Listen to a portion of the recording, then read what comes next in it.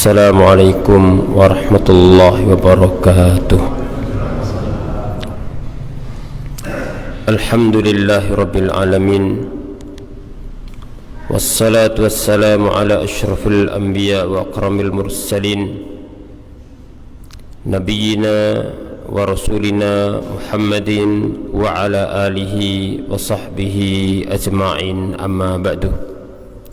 Ma'asyiral muslimin, jamaah Masjid Al-Ihsan, kaum muslimin rahimakumullah, kita bersyukur kepada Allah Subhanahu wa ta'ala dan terus berusaha untuk bersyukur, karena syukur merupakan kewajiban kepada Allah,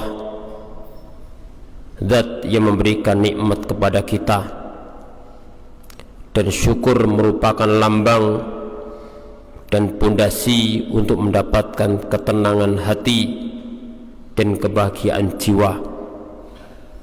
Para ulama Islam mengatakan lambang kebahagiaan ada 3. Yang pertama, jika diberikan nikmat bersyukur. Yang kedua, jika diuji bersabar. Yang ketiga, apabila berbuat salah, cepat tobat dan istighfar. Kedua kalinya salawat dan salam semoga tercurah kepada baginda Nabi kita Muhammad sallallahu alaihi wasallam, kepada keluarganya, semua para sahabatnya dan umatnya yang mengikuti tuntunannya sampai hari kiamat. Ma'asyiral muslimin, para jamaah rahimakumullah, di dalam surat Az-Zariyat Allah Subhanahu wa ta'ala menyebutkan, wa ma khalaqtul jinna wal insa illa liya'budun ma uridu minhum min rizqin wa ma uridu ayut'imun innallaha huwar razzaqu dzul quwwatil matin. Tidaklah aku ciptakan jin dan manusia kecuali tujuannya adalah untuk ibadah kepadaku, kata Allah. Aku tidak mengharapkan dari mereka rezeki, dan aku tidak mengharapkan pula dari mereka untuk memberikan kepadaku makanan, karena Allah Maha pemberi rezeki dan Allah Zat yang Maha kuat. Di dalam ayat ini, ma'asyiral muslimin rahimakumullah, ada makna-makna penting yang hendaknya kita perhatikan. Yang pertama, ayat ini menjelaskan kepada kita hikmah dan tujuan diciptakannya manusia, sehingga setiap manusia yang dia memahami keberadaan di dunia, maka dia akan mencari ridhanya Allah Subhanahu wa ta'ala. Dia akan beriman terhadap apa yang Allah perintahkan untuknya beriman. Dia akan mengikuti tuntunan dan ajaran yang dibawa baginda Nabi sallallahu alaihi wasallam. Ini seorang yang paham tujuan keberadaan dunia. Tapi seorang apabila dia tidak paham tentang posisinya di dunia, lupa bahwa Allah menciptakan manusia punya tujuan agung, walillahi hikmatun balighah, Allah memiliki hikmah yang agung ketika menciptakan manusia. Orang yang tidak paham tujuan ini, kehidupannya tidak beda dengan makhluk yang lainnya. Dia bangun, tidur, makan, minum, dan seterusnya, berputar. Tapi seorang mukmin, seorang muslim yang dia sadar Allah menciptakan kita punya tujuan, ada hikmahnya, yaitu untuk ibadah kepada Allah Subhanahu wa ta'ala, maka dia akan berusaha menjadikan kehidupannya di dunia untuk kehidupan setelah kehidupan dunia. untuk akhirat, untuk memberikan kebahagiaan dirinya yang abadi. Karena dunia dinamakan dengan dunia lidunuwiha, dunia itu karena dekat. Dunia dinamakan dengan dunia lidanaatiha, karena dunia itu hina dibanding akhirat. Sehingga seorang muslim harus paham tujuan keberadaan di dunia, sehingga terarah kehidupannya menuju Allah, menuju hari akhir. Dunia sarana menuju akhirat. Yang kedua, ma'asyiral muslimin rahimakumullah, yang hendaknya kita pahami dari ayat ini bahwasanya Allah berfirman illa liya'budun. Tujuan Allah menciptakan kita adalah untuk beribadah. Ibadah di dalam kamus syariat terbagi menjadi dua.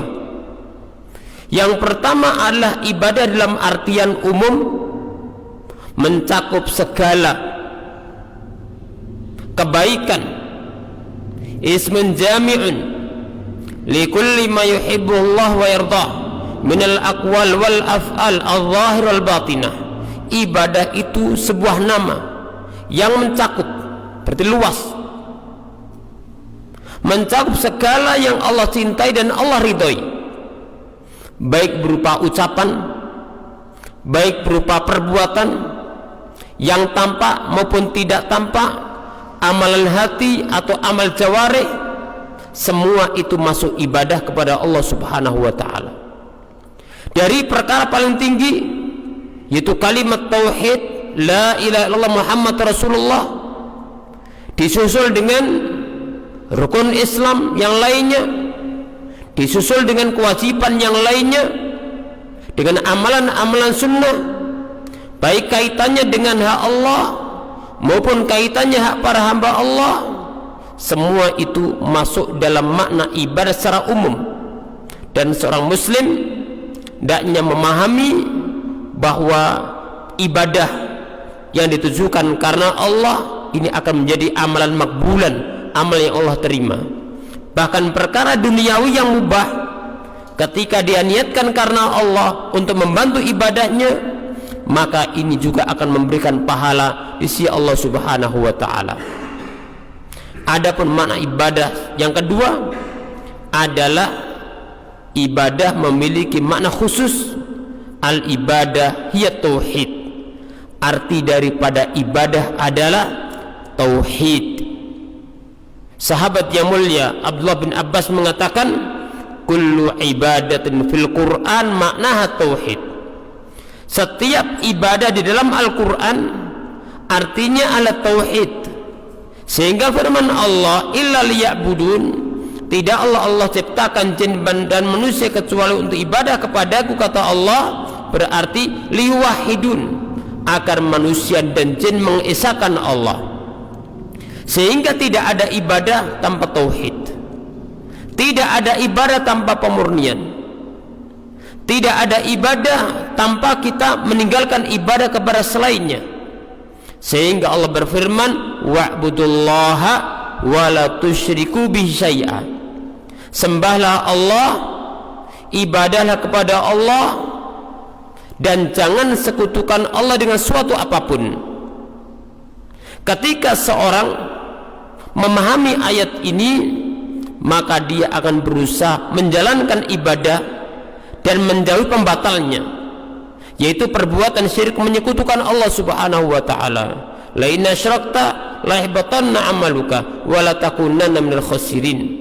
Jika engkau Muhammad berbuat syirik, menyekutukan Allah, amalanmu akan hapus, amalanmu akan hilang, dan kamu akan menjadi orang-orang yang merugi.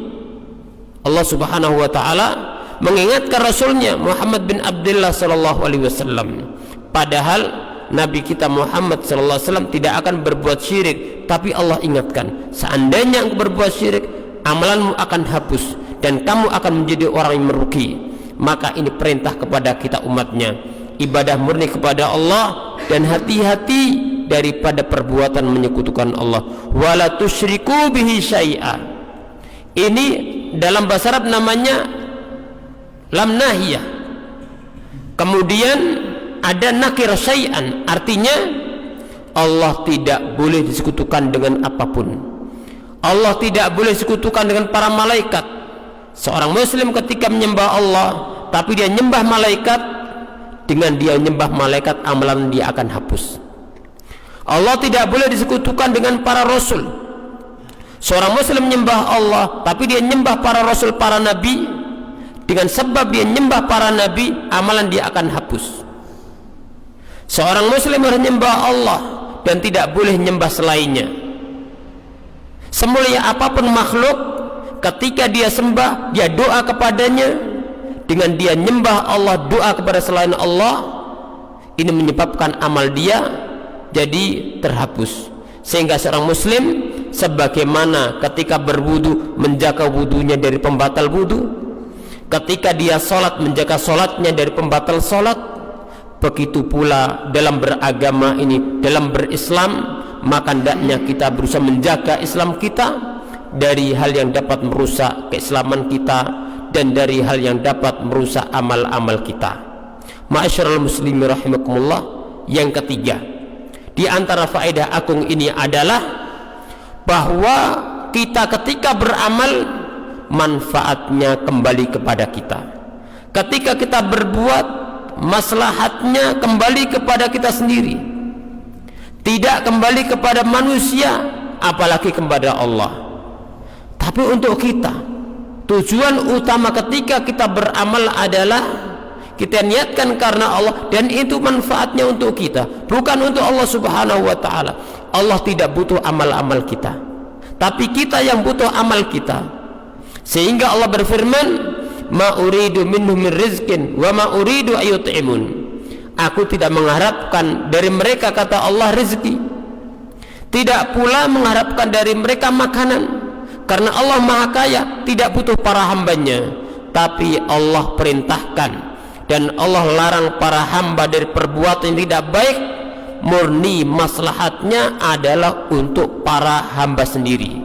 Wa may ya'mal mithqala dzarratin khairan yarah wa may ya'mal mithqala dzarratin syarran yarah.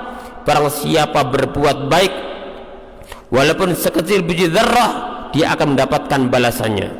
Dan siapa yang berbuat keburukan sekecil apapun seperti biji zarrah, dia akan melihat balasannya. Man amila sholihan falinafsi. Siapa berbuat saleh, berbuat baik, maka untuk dirinya sendiri. Wa man asaa fa'alaiha.